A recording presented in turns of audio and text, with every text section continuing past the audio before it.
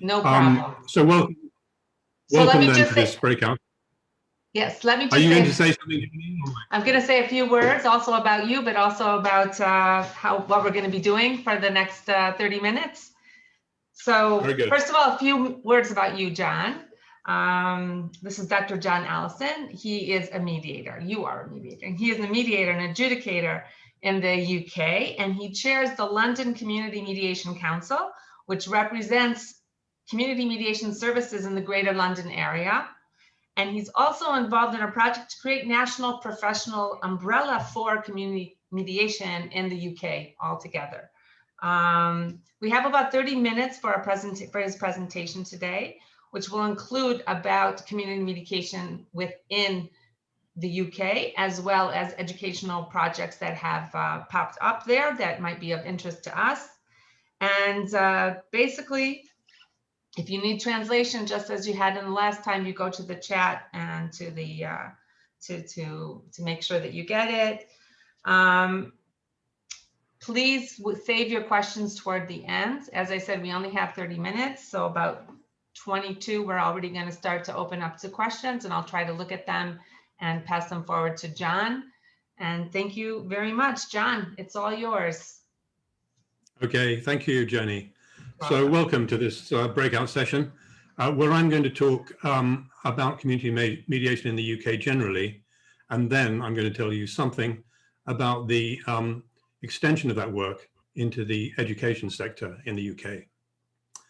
So I work as a civil mediator, which means that I act as a mediator in disputes that would otherwise be litigated in the civil courts or decided in an employment tribunal.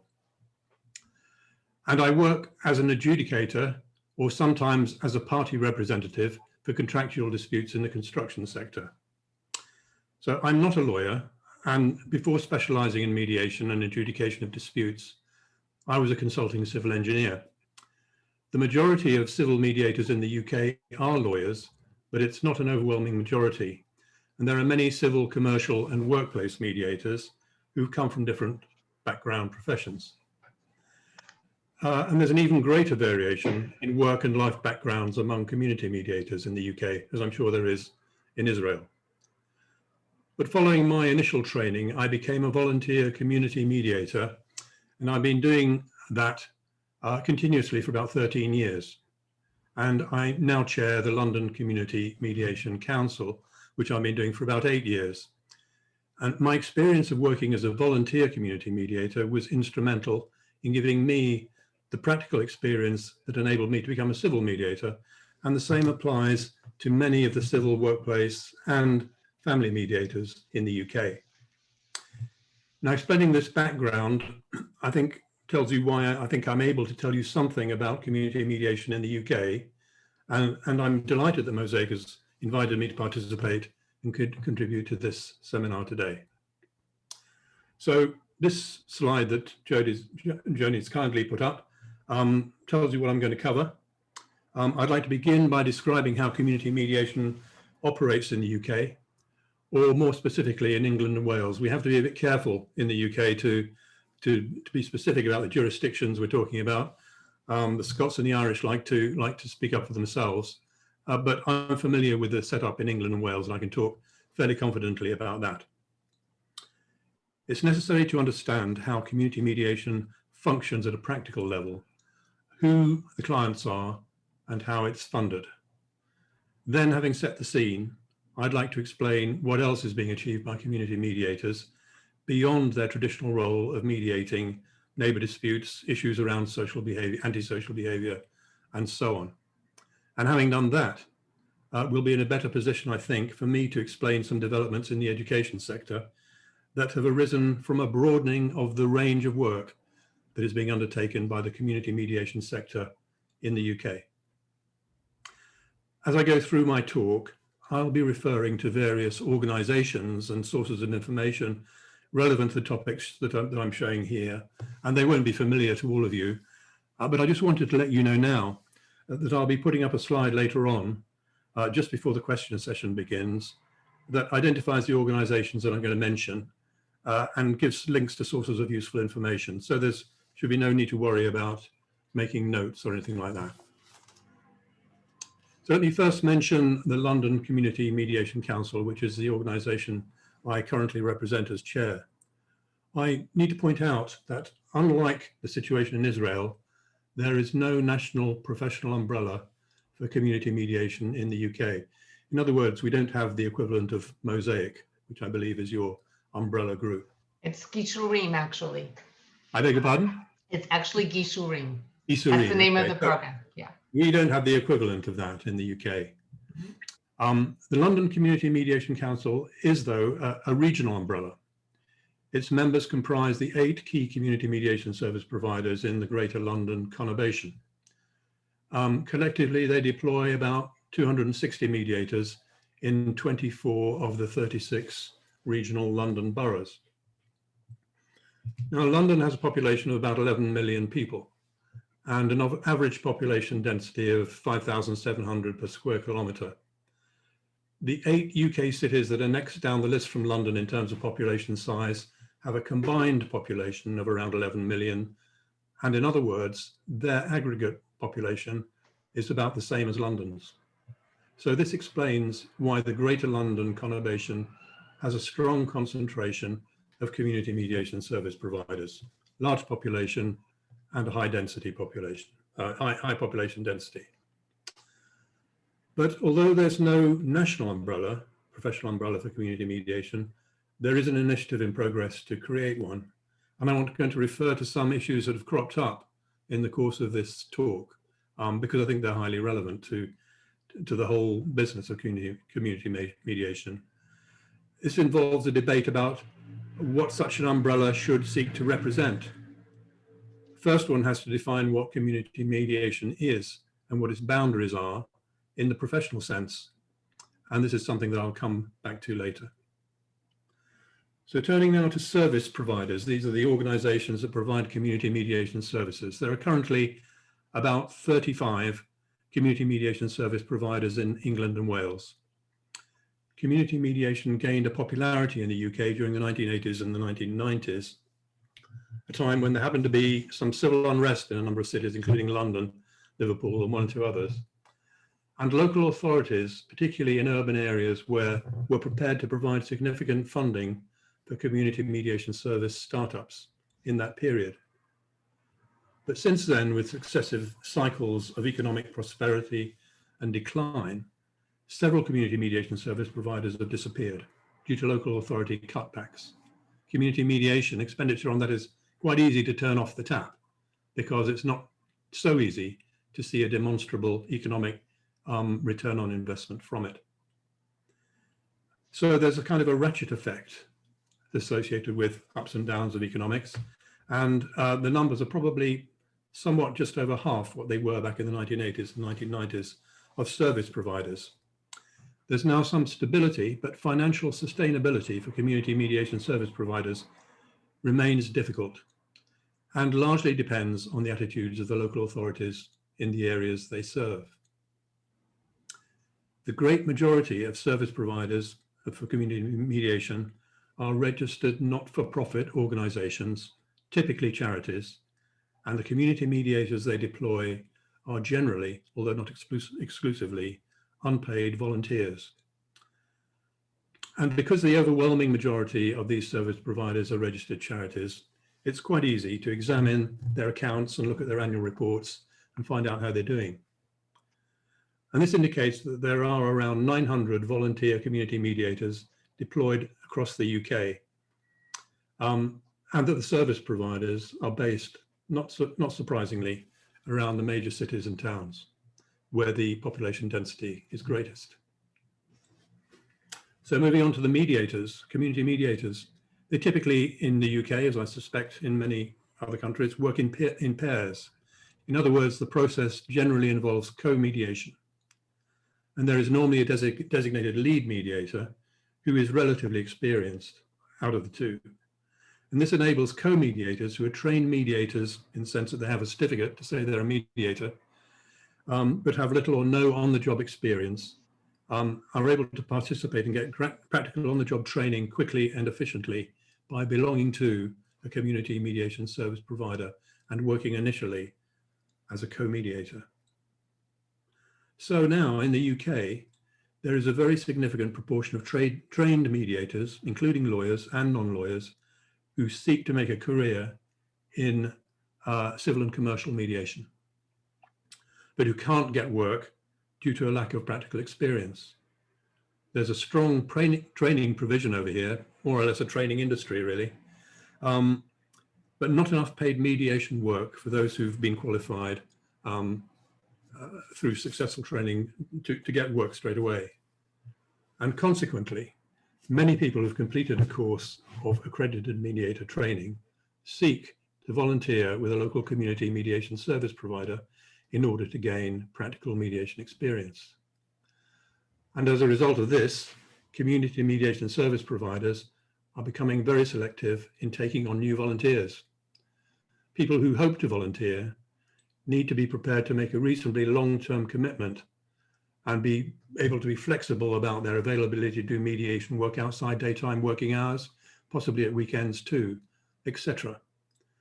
But one thing that community mediation service providers are not short of is casework. And that means that they're able to act as a sort of on-the-job training for aspiring commercial mediators, as well as people who are just interested in community mediation simply as an end in itself. But of course, not all community mediators are trying to become commercial mediators. There are also training courses specifically for community mediators, and London Community Mediation Council provides one of those. But these are expensive courses to design, run, and operate, and they're costly for most community mediation services to provide themselves. Consequently, there's a tendency for community mediation service providers in the UK to accept the basic mediation skills training that is undertaken by people who are seeking to become commercial mediators, and then to train those people who qualify as competent commercial mediators to become community mediators through on-the-job training or perhaps through short conversion courses. Now I'm going to come to referring bodies. I dare say it's something like this in Israel, but I'm not sure.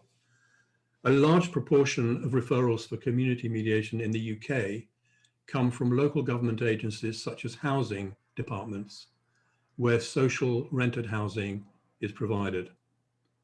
The service providers bid for and are awarded annual service contracts to provide mediation services based on referrals made to them by local authority housing officers and environmental health officers, sometimes antisocial behaviour team managers, and so on. These are local authority agencies. Referrals for mediation might also be made by the local community police or by social services, but they don't always have a budget for doing so. But the great majority of referrals, which are private, not-for-profit, are made by housing associations, which are private, not-for-profit housing providers classified as social landlords. Now, registered social landlords have a duty of care for their tenants, and where neighbour disputes or other residential community disputes arise, they often deploy housing officers to try to sort them out. The community police or environmental protection teams might also get involved. But some local authorities and housing associations do engage community mediation service providers by making a referral for mediation. Those that have found this most fruitful tend to be the ones in the dense urban conurbations, as I've just described. So although community mediation service providers may sometimes accept assignments on a case-by-case basis or directly from parties in dispute, the normal route is for a referring body, more often than not, a registered social landlord, to make referrals to a specific local mediation service provider. Consequently, one has to ask the question when looking at community mediation, who is the client? Is it the referring body, or is it the parties who are in dispute? Well, the referring body makes the appointment and pays the service provider for the mediation service. Community mediation is usually free of charge to the end user in the UK. So the referring body must definitely be regarded as a client. But of course, The direct beneficiaries of the mediation process are the parties in dispute, and they're clearly key stakeholders here, and they're entitled to expect a professional service, even despite the fact they don't pay for it. So the relationships and obligations here in community mediation are quite complex, and the setup is very different from the relationships that are associated with civil or commercial mediation carried out as an alternative to pursuing litigation through the civil courts. In community mediation, the parties don't select the mediators. The service provider deploys the mediation team as it sees fit, and the referring body pays for the work. The mediation team has a duty of care to act professionally by keeping the details of the mediation process confidential, but at the same time, the referring body is entitled to expect progress reports and notifications of the outcome. Naturally, the referring body will wish to be notified whether the outcome is successful, partly successful, or whether the mediation has failed or has been abandoned. I'm not quite sure in this spectrum where living with no would sit, but I mean, it sits there somewhere. And definitions of success are important so far as referring bodies are concerned. So this gives rise to emphasis on written and signed settlement agreements in community mediation, often identifying promises of changed behavior. And the mediators may seek the agreement of the parties that a copy of this agreement is supplied to the referring body, and sometimes third-party agencies such as the police. And it may incorporate provision for monitoring the effectiveness of the agreement for a specified period, often something like 3 months. And then a signed agreement verified as effective after a period of monitoring such as that is probably regarded as a pretty good sign of what is called successful outcome. And then there are degrees of success that can be measured relative to that. Now I'm going to turn quickly to funding. As I explained, community mediation for the settlement of neighbour and local community disputes is normally commissioned by a local authority agency or by a housing association. Costs vary, but typically charges for a successful community mediation ending up in a written agreement may be somewhere between £500 or say £700 for a complicated one involving more than 2 parties. I'm not quite sure what the conversion rate is, but I think that's probably the same sorts of numbers in dollars, more or less, American dollars. If a relatively small community mediation service provider therefore receives, say, 50 referrals per year, and there are service providers of that size in the UK, then doing the maths shows that the income obtained is unlikely to be enough to pay rent and utility bills for an office, or provide training for the volunteer mediators and engage an administrator and meet incidental expenses. That's going to be pretty tight. And this explains why community mediation service providers rely on volunteer mediators in the UK. It also explains why smaller services are highly vulnerable to local authority cutbacks or to unexpected cancellations or failure to renew annual service contracts. It also explains why community mediation service providers in the UK make a great deal of effort to secure more than one service contract for community mediation, in case one of them is withdrawn, and to obtain sources of income that are outside the core activity of community mediation, mediating, that is, neighbour disputes and so on. The majority of community mediation outfits in the UK are also engaged either through their local authority or by applying for and receiving charitable grants in various other kinds of activity, including community dialogue on local issues, conflict resolution coaching, delivery of bespoke training programs, dealing with local intergenerational issues, and work related to schools, which I'll be coming to in a moment. I just wanted to let you know, John, you have 10 minutes left. Yeah, I've got an eye on that. Okay. Great. Yep. This diversification is particularly necessary to address the general shortage of funding. Now, I was going to mention here professional representation. I think I'm going to curtail that. I'm just trying to outline in what I've said to date that it's difficult to pinpoint what community mediation is and what it isn't. and hence what are the boundaries of the area that a professional body might exert its influence upon. But I'd also like to say that if there is such a professional body in due course, it needs to pay attention to this funding problem. And I'd like to take this opportunity to mention very briefly the concept of the well-being valuation method, which is a rigorous statistical and analytical tool for placing a monetary value on various mediation outcomes that can arise. Examples include no more noise to keep me awake at night, no more graffiti in my block, no more complaints about my neighbor on the other side of the fence, and so on. And there is a rigorous statistical technique available for putting a price tag on each of these outcomes, and therefore measuring the outcome of mediations in terms of well-being. And I could spend a long time expanding on this, but I think it's a very significant approach that adds an ability to measure the direct benefits to the participants as well as to the claimed savings to the public purse. And a back of envelope calculation has shown that the actual return on investment, for example, for London community mediation outfits in London was of the order of at least £2 million per annum when these two direct benefits and the out-of-pocket savings for the public purse are added together.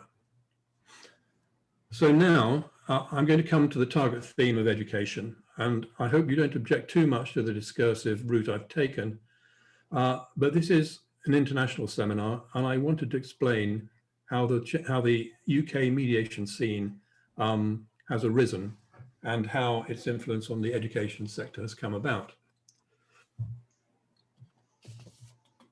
So first of all, conflict resolution skills training. There are various organisations in the UK that specialise in conflict resolution skills training at schools and in colleges through from primary to secondary education. By and large, these are delivered through workshops, typically with up to 15 people, and by provision of advisory services directly to schools or to pupil referral services. The concept, as I'm sure many of you know, involves helping students to understand what conflict is, how it affects them personally and physiologically, how conflict escalates, and it introduces skills and approaches for managing interpersonal conflict. For young people, it includes dealing with friendship issues. Importantly, nowadays, it includes strategies for handling conflict online. And for older students and for parents and teachers too, it includes handling difficult conversations. Conflict resolution skills training in schools and colleges can include restorative approaches to enable those who've caused hurt or harm to understand the impact of their actions and to put things right for those affected in a way that restores relationships. These same approaches are likely to be applied in connection with projects involving community dialogue outside the education sector.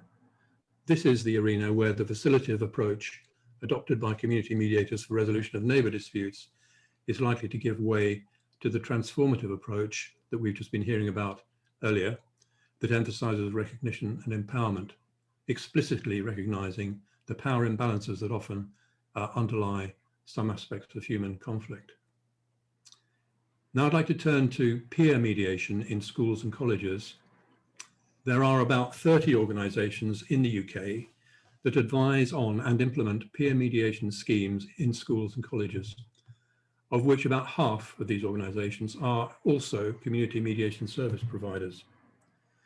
The concept involves training students within an educational establishment to become a team of young mediators, and thereby creating a mediation service that is delivered by students for students within the educational establishment concerned.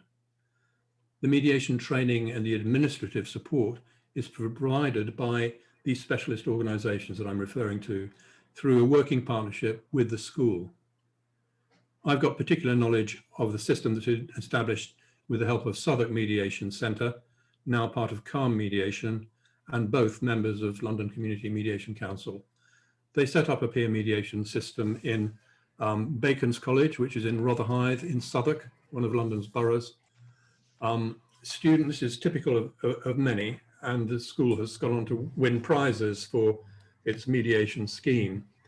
Students from year 11 and upwards, that means 15 years plus, can apply to become mediators in the school, and subject to normal process of interview and successful completion of their training, they are appointed as mediators in the school. Effectively, they can wear a badge and walk around with that to verify that they're part of the mediator team of the college. And just as in a community mediation practice, there is a referral system and a process for assigning mediators, making appointments for mediation meetings, and for concluding settlement agreements, and so on. Those settlement agreements might include behavioral changes, apologies, clarifications, and so on, and a process for monitoring their effectiveness. This is different, of course, from conflict resolution skills training in that it relates to conflicts or disputes that have actually happened, have materialized. It's similar to community mediation in terms of the process, and includes all of the same protocols about confidentiality and so on. But there are obvious differences. Firstly, the source of referrals is limited to the student community within which this setup is made.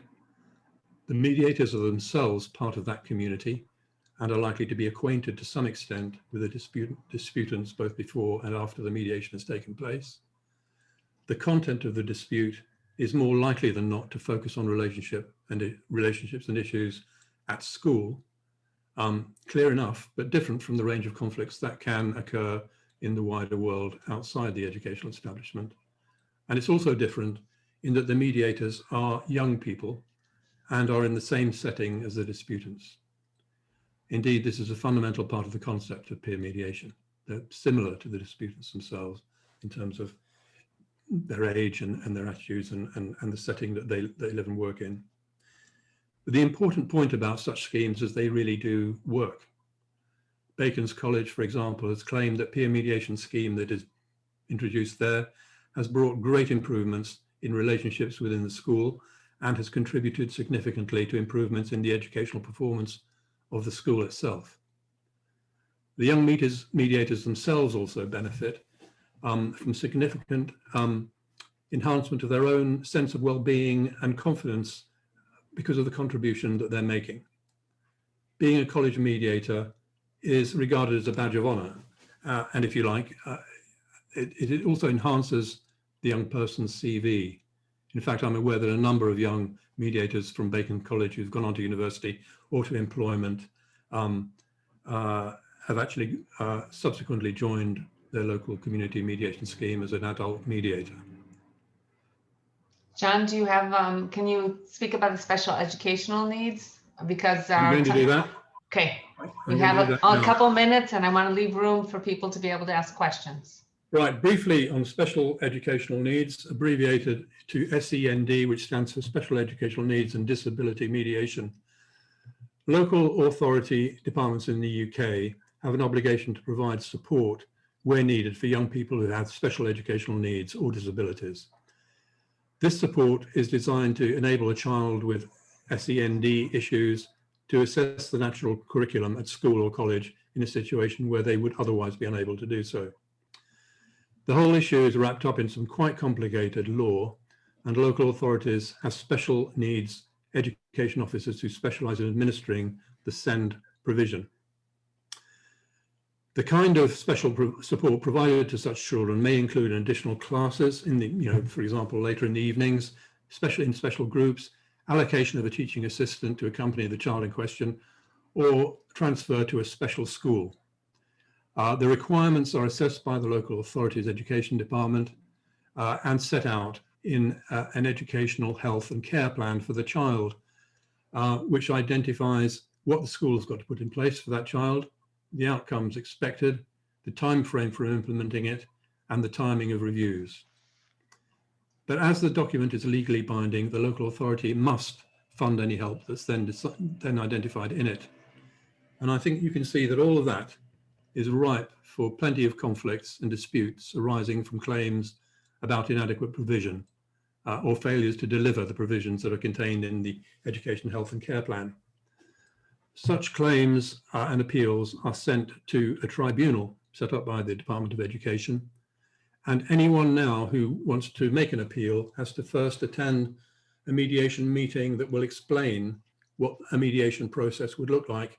They can decline mediation if they wish, but it has to be signed off, certified before they can go to the tribunal that they don't wish to have mediation. If mediation proceeds, there has to be a specialist mediator who knows all the background law about SEND. And the meeting takes place between a local authority education expert and the parents, facilitated by the SEND mediator. This is clearly highly specialized work, but it reflects the fact that mediation is increasingly regarded as the first port of call in dealing with disputes affecting families and children and the interactions between authorities and the individual, rather than proceeding with tribunals. Where that's avoided, there's a tendency for people to be steered towards mediation. I would point out that in my view, at least, and that's my bell telling me That's time, right. that this isn't really community mediation. It's a specialized form of mediation, but it has arisen, I think, mainly due to the efforts of community mediators to extend the scope of what they do in society. So I've had to treat that last bit rather briefly, but I hope my talk's been interesting for you in setting the scene in setting the UK scene in community mediation and showing you some of the areas that it's affecting outside the direct influence of community mediation. And so now I'm happy, maybe I could change to the next slide. Okay. And answer your questions. This next slide gives you some references, should you be interested in following them up, to sources of information about what I've been talking about. And I'd like to point out the HACT publication. HACT stands for Housing Action Community Trust. And these are the publications that explain the well-being valuation method, which I think, and I hope, people will find interesting. Thanks very much for listening to me. I'm very happy to answer your questions. Okay, thank you very much. I think one of the interesting points is that the housing industry is very involved with mediation here, as well as the special education industry. And I think that is an interesting point. We do have some questions in terms of the peer mediation, whether it takes place between parents and school staff. Who is it just between the kids themselves, the students themselves? I wanted to point out also, college here means high school in England, right? When you say college? We tend to use the word college. I think it's the equivalent of high school. Okay, equivalent of high school. So there's a question about the peer mediation, whether this takes place between only the students or between parents and school staff, between teachers and students.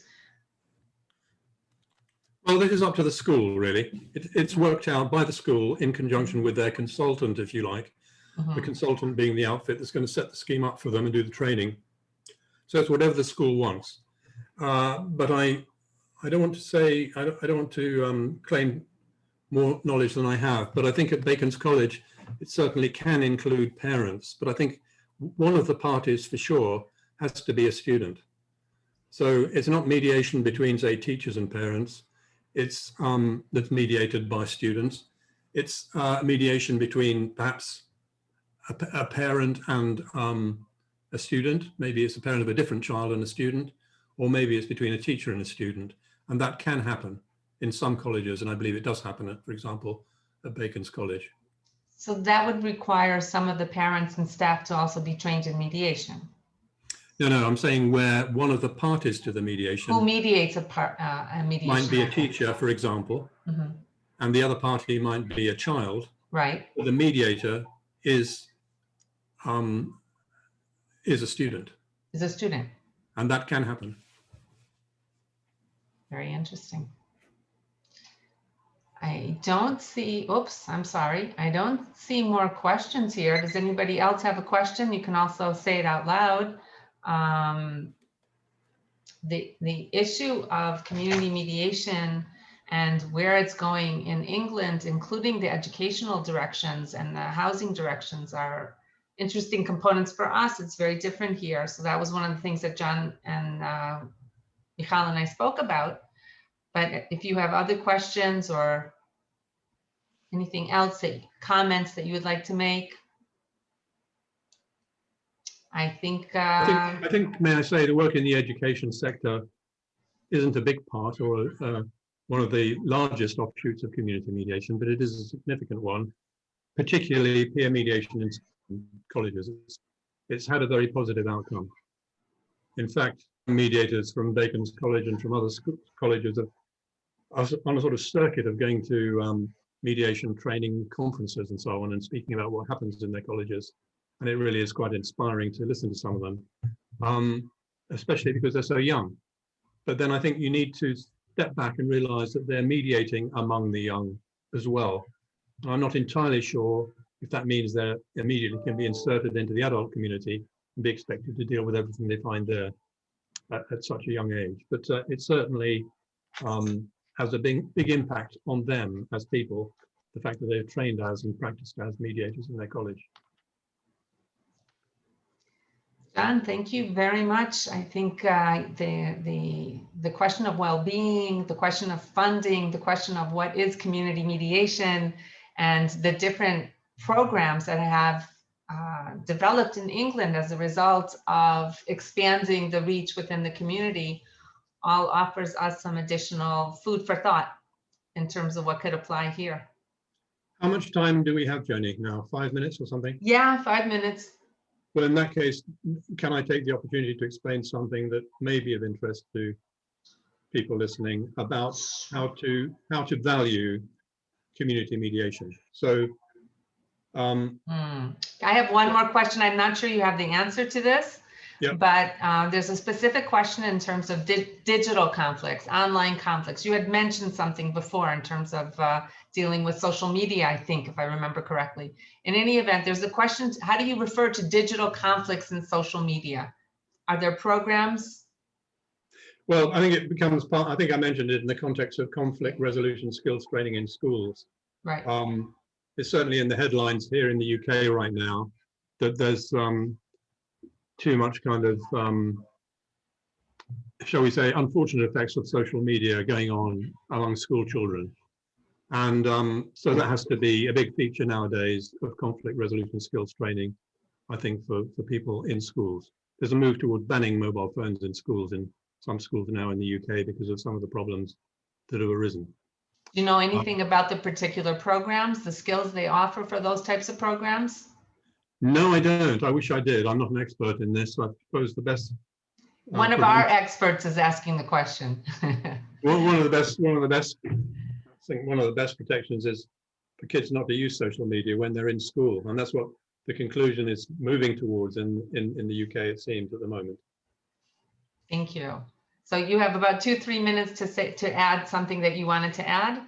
Right. What I wanted to add, because I personally think it's very important, is that the savings to the public purse, that is to the hours spent by police officers, by antisocial behaviour squad people, or housing officers in trying to resolve disputes themselves, means that mediating instead is a saving to the public purse. That's beyond doubt. But that is a secondary benefit of mediation. The primary benefit is the benefit gained by the parties after their dispute is over and the improvements in their quality of life. So it works like this. There's a survey that says to the survey population, what increase in your annual income would increase, do you think would increase the quality of life, your quality of life, by 5%? And people would think and put a figure to that. Next question would be, well, what about 10%? And so on. And there'd be a graph of increase in your annual disposable income against increase in your quality of life, up to a certain point, because money can't buy happiness completely. But it can improve your quality of life, particularly when your existing quality of life is low. So that survey data is put in the bag, as it were. And then separate surveys take place nationally to determine how much